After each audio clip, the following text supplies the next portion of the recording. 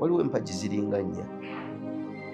Okusooka, okukkiriza nti ekyo ky'oli okiri, y'empagi esookera ddala. Okukkiriza nti ekyo ky'oli okiri. Empagi ey'okubiri kwe kunoonya okumanya, okutegeera n'amagezi ebikwatagana n'ekyo ky'okkiriza ky'oli. Ekyokusatu kwe kubaako ky'okola, n'ekyokuna kwe kwewaayo mu ekyo ky'oba okkiriza okukola. Ffe tujja wano tutuula emabega wa kamera eno, naye teri atusasula kutuula wano, teri atusasula kusomesa, wabula ekyo kye tuteekwa okukola, kye tuteekwa okuzimba, kuba kye tukkiriza kye tuli, kye tuteekwa okuzimba okutuusa lwe kinaavaamu amakulu. Bw'omala okutegeera ekyo ky'oli, kambabuulire, tulina amaanyi ag'enjawulo. Abantu tebaawula spirit na soul. Eno bode gy'olaba, eno bode y'emmotoka etambuza spirit yange, y'emmotoka entambuza. Guno omubiri ndogoyi yange, nvuga muvuge, guno mubiri gwange, nze nnyini gwo.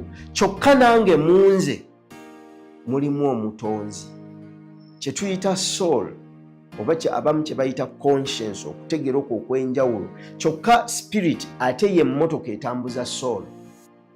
Bode erimu spirit, spirit ate erimu soul. Conscience ye mutonzi yennyini. Kyova olaba nti mwe bwe muba mutambula mu nsi bagamba nti abantu batunda, bo bakiyita myoyo, batunda emyoyo gyabwe. Kyokka omuntu atunze omwoyo gwe yalibadde afudde, nti kubanga bwe bakujja mu spirit omubiri gwa tegukyalina makulu, guba gufudde.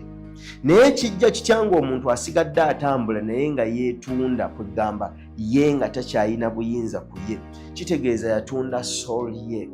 Soul etambulira mu spirit, nti omuntu oyo agenda n'awaayo soul ye olw'ebyo by'ayagala mu nsi n'aba nga takyaliwo. Kakati soul kye twaliyise omutonzi yennyini.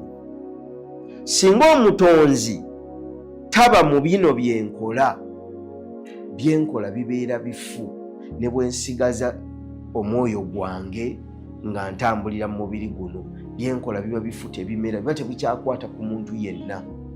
Kati omuntu ono alimu obuyinza obusingiridde obwekwese mu ye.